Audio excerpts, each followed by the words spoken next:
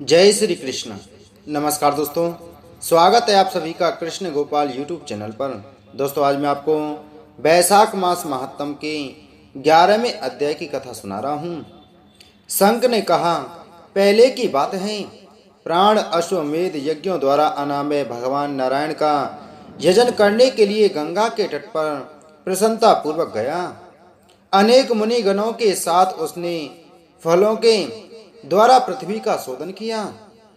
उस समय वहां समाधि में स्थित हुए महात्मा कब बावी की मिट्टी में छिपे हुए बैठे थे। हल जोतने पर बावी गिर जाने से बाहर निकल आए और क्रोध पूर्वक देखकर सामने खड़े हुए महाप्रभु प्राण को साफ देते हुए बोले, देवेश्वर, आज से लेकर आपकी महिमा तीनों लोकों में विशेषतः भूलोक में प्रसिद्ध न होगी। हाँ, आपके अवतार तीनों लोकों में विख्यात होंगे। व्याध, तभी से संसार में महाप्रभु प्राण की महिमा प्रसिद्ध नहीं हुई। भूलोक में तो उनकी ख्याति विशेष रूप से नहीं। व्याध ने पूछा, महामते, भगवान विष्णु के रचे हुए करोड़ों एवं सहस्त्रों सनातन जीव नाना मार्ग पर चलने और भिन्न भिन्न कर्म करने वाले क्यों दिखाई देते हैं? इन सब का एक सा स्वभाव क्यों नहीं है? यह सब विस्तार पूर्वक बतलाइए। शंख ने कहा, रजोगुण, तमोगुण और सत्व गुण के भेद से तीन प्रकार के जीव समुदाय होते हैं। उनमें राजस स्वभाव वाले जीव राजस कर्म, तमोगुणी जीव तामस कर्म तथा सात्विक स्वभाव वाले जीव सात्विक कर्म करते हैं। कभी कभी संसार में इनके गुणों में विषमता भी होती है। उसी से वे ऊंच और नीच कर्म करते हुए तदनुसार फल के भागी होते हैं। कभी सुख, कभी दुख और कभी दोनों को ही ये मनुष्य गुणों की विषमता से प्राप्त करते हैं। प्रकृति में स्थित होने पर जीव इन तीनों गुणों से बंधते हैं। गुण और कर्मों के अनुसार उनके कर्मों का भिन्न भिन्न फल होता है। ये जीव फिर गुणों के अनुसार ही प्रकृति को प्राप्त होते हैं। प्रकृति में स्थित हुए प्राकृतिक प्राणी गुण और कर्म से व्याप्त होकर प्राकृतिक गति को प्राप्त होते हैं। तमोगुणी जीव तामसी वृत्ति से ही जीवन निर्वाह करते और सदा महान दुख में डूबे रहते हैं। उनमें दया नहीं होती, वे बड़े क्रूर होते हैं और लोक में सदा द्वेष से ही उनका जीवन चलता है।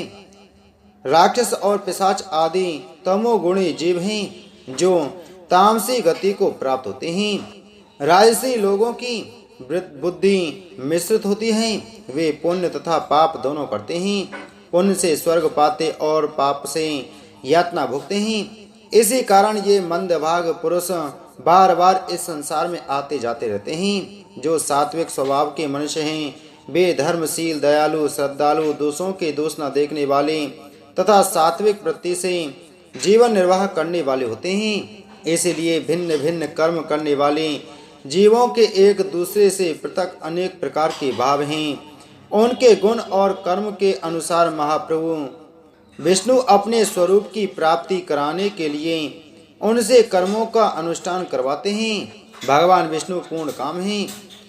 उनमें विषमता और निर्दयता आदि दोष नहीं हैं। वे स्वभाव से ही सृष्टि, पालन और संहार करते हैं। सब जीव अपने गुण से ही कर्म फल के भागी होते हैं। जैसे माली बगीचे में लगे हुए सब वृक्षों को समान रूप से सिंचता है और एक ही कुएं के जल से सभी वृक्ष पलते हैं, तथापि वे पृथक पृथक स्वभाव को प्राप्त होते हैं। बगीचा लगाने वालों में किसी प्रकार विषमता और निर्दयता का दोष नहीं होता। देवादिदेव भगवान विष्णु का एक निमेष ब्रह्मा जी के एक कल्प के समान माना गया है। ब्रह्म कल्प के अंत में देवादिदेव शिरोमणि भगवान विष्णु का उन्मेष होता है, अर्थात वे आंख खोलकर देखते हैं। जब तक निमेष रहता है तब तक प्रलय है। निमेष के अंत में भगवान अपने उदर में स्थित संपूर्ण लोकों की सृष्टि करने की इच्छा करते हैं। सृष्टि की इच्छा होने पर भगवान अपने उदर में स्थित हुए अनेक प्रकार के जीव समूहों को देखते हैं।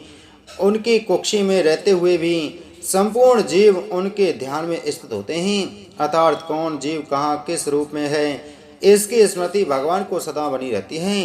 भगवान विष्णु चतुर्व्यूह स्वरूप हैं। वे उन्मेष काल के प्रथम भाग में ही चतुर्व्यूह रूप में प्रकट हो व्यूहगामी वासुदेव स्वरूप से महात्माओं से किसी को सायुज्य साधक तत्व ज्ञान, किसी को सारूप्य, किसी को सामीप्य और किसी को सालोक्य प्रदान करते हैं।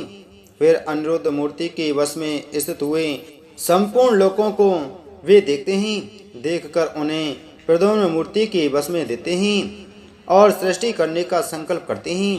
भगवान श्री हरि ने पूर्ण गुण वाले वासुदेव आदि 4 व्यूहों के द्वारा क्रमशः माया, जया, कृति और शांति को स्वयं स्वीकार किया है। उनसे संयुक्त चतुर्व्यूहात्मक महाविष्णु ने पूर्ण काम होकर भी भिन्न भिन्न कर्म और वासना वाले लोकों की सृष्टि की है। उनमें इस काल का अंत होने पर भगवान विष्णु पुनः योग माया का आश्रय लेकर व्यूहगामी संकर्षण स्वरूप से इस चराचर जगत का संहार करते हैं। इस प्रकार महात्मा विष्णु का यह सब चिंतन करने योग्य कार्य बतलाया गया है, जो ब्रह्मा आदि योग से संपन्न पुरुषों के लिए भी अचिंत्य एवं दुर्विभाव है। व्यास ने पूछा, मुने, भागवत धर्म कौन कौन से हैं और किनके द्वारा भगवान विष्णु प्रसन्न होते हैं? शंख ने कहा, जिससे अंतःकरण की शुद्धि होती है, जो साधु पुरुषों का उपकार करने वाला है तथा जिसकी किसी ने भी निंदा नहीं की है, उसे तुम सात्विक धर्म समझो। वेदों और स्मृतियों में बताए हुए धर्म का यदि निष्काम भाव से पालन किया जाए तथा वह लोक से विरुद्ध न हो तो उसे भी सात्विक धर्म जानना चाहिए। वर्ण और आश्रम विभाग के अनुसार जो 4 प्रकार के धर्म हैं, वे सभी नित्य, नैमित्तिक और काम्य वेद से 3 प्रकार के माने गए हैं। वे सभी अपने अपने वर्ण और आश्रम के धर्म जब भगवान विष्णु को समर्पित कर दिए जाते हैं, तब उन्हें सात्विक धर्म जानना चाहिए। वे सात्विक धर्म ही मंगलमय भागवत धर्म हैं। अन्य देवताओं की प्रीति के लिए सकाम भाव से किए जाने वाले धर्म राजस माने गए हैं। यक्ष, राक्षस, पिशाच आदि के उद्देश्य से किए जाने वाले लोक निष्ठुर हिंसात्मक निंदित कर्मों को तामस धर्म कहा गया है। जो सत्व गुण में स्थित हो, भगवान विष्णु को प्रसन्न करने वाले शुभ कारक सात्विक धर्मों का सदा निष्काम भाव से अनुष्ठान करते हैं, वे भागवत विष्णु भक्त माने गए हैं। जिनका चित्त सदा भगवान विष्णु में लगा रहता है, जिनकी जिह्वा पर भगवान का नाम है और जिनके हृदय में भगवान के चरण विराजमान हैं, वे भागवत कहे गए हैं। जो सदाचार परायण, सबका उपकार करने वाले और सदैव ममता से रहते हैं, वे भागवत माने गए हैं। जिनका शास्त्र में, गुरु में और सत्कर्मों में विश्वास है तथा जो सदा भगवान विष्णु के भजन में लगे रहते हैं, उन्हें भागवत कहा गया है। उन भागवत भक्त महात्माओं को जो धर्म नित्य माने हैं, जो भगवान विष्णु को प्रिय हैं तथा वेदों और स्मृतियों में जिनका प्रतिपादन किया गया है, वे ही सनातन धर्म माने गए हैं। जिनका चित्त विषयों में आसक्त है, उनका सब देशों में घूमना, सब कर्मों को देखना और सब धर्मों को सुनना कुछ भी लाभकारक नहीं है। साधु पुरुषों का मन साधु महात्माओं के दर्शन से पिघल जाता है। निष्काम पुरुषों द्वारा श्रद्धा पूर्वक जिसका सेवन किया जाता है तथा जो भगवान विष्णु को सदा ही प्रिय है, वह भागवत धर्म माना गया है। भगवान विष्णु ने क्षीर सागर में सबके हित की कामना से भगवती लक्ष्मी जी को दही से निकाले हुए मक्खन की भांति सब शास्त्रों के सारभूत वैशाख धर्म का उपदेश किया है। जो दम रहित होकर वैशाख मास के व्रत का अनुष्ठान करता है, वह सब पापों से रहित हो सूर्य मंडल को भेद कर भगवान विष्णु के योगी दुर्लभ परम धाम में जाता है। इस प्रकार द्विज श्रेष्ठ संघ के द्वारा भगवान विष्णु के प्रिय वैशाख मास के धर्मों का वर्णन होते उस समय जब 5 शाखाओं वाला बट वृक्ष तुरंत ही भूमि पर गिर पड़ा, उसके खोखले में एक विकराल अजगर रहता था। वह भी पाप योनि में शरीर को त्याग कर तत्काल दिव्य स्वरूप हो मस्तक झुकाए शंख के सामने हाथ जोड़कर खड़ा हो गया। इति श्री वैशाख मास महात्म 11वां अध्याय संपूर्ण। बोलो वैशाख मास महात्म की जय। बोलो विष्णु भगवान की जय।